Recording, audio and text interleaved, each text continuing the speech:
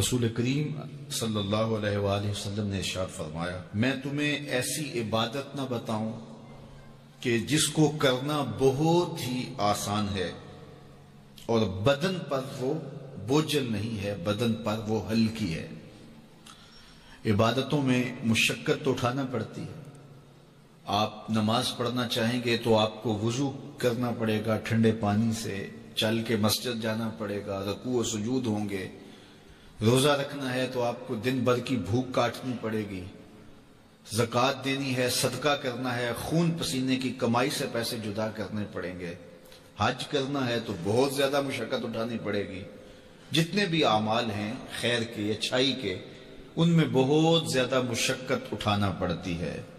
یہ طالب علم یہاں پڑھ رہے ہیں، 8 سال کا چلہ کاٹ رہے ہیں، معلمین پڑھا رہے ہیں، صبح تہجد سے اٹھتے ہیں اور شام تک ایک وظیفے میں لگے ہیں، علماء ہیں کام کر رہے ہیں، بہت سارے لوگ، کتنے مشقت والے کام ہیں، تب اللہ کی رضا جا کے نصیب ہوتی ہے۔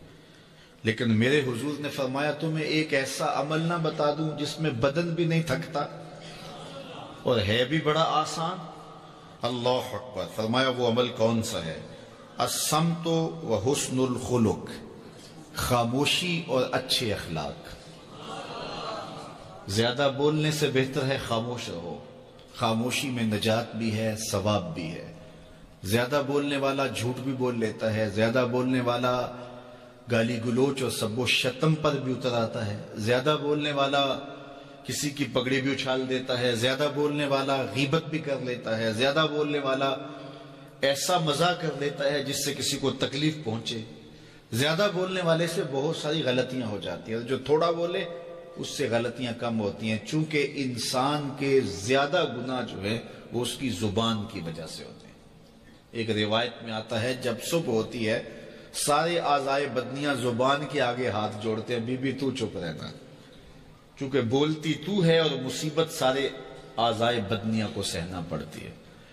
تو یہ زبان جو ہے اس کی وجہ سے زیادہ گناہ ہوتے ہیں، یا زبان کی وجہ سے، یا انسان کی عصمت کا جوہر جب لٹتا ہے تو پھر اس کے پلے کچھ نہیں رہتا۔ اس لیے میرے حضور نے ارشاد فرمایا، جو تمہاری 2 ٹانگوں کے درمیان اور جو 2 جبڑوں کے درمیان زبان، ان دونوں کی مجھے تم ضمانت دے دو، میں محمد تمہیں جنت کی ضمانت دے دیتا ہوں۔ تو فرمایا کہ میں تمہیں ایسا عمل نہ بتا دوں کہ جو بہت ہی آسان ہے، اور وہ کیا ہے؟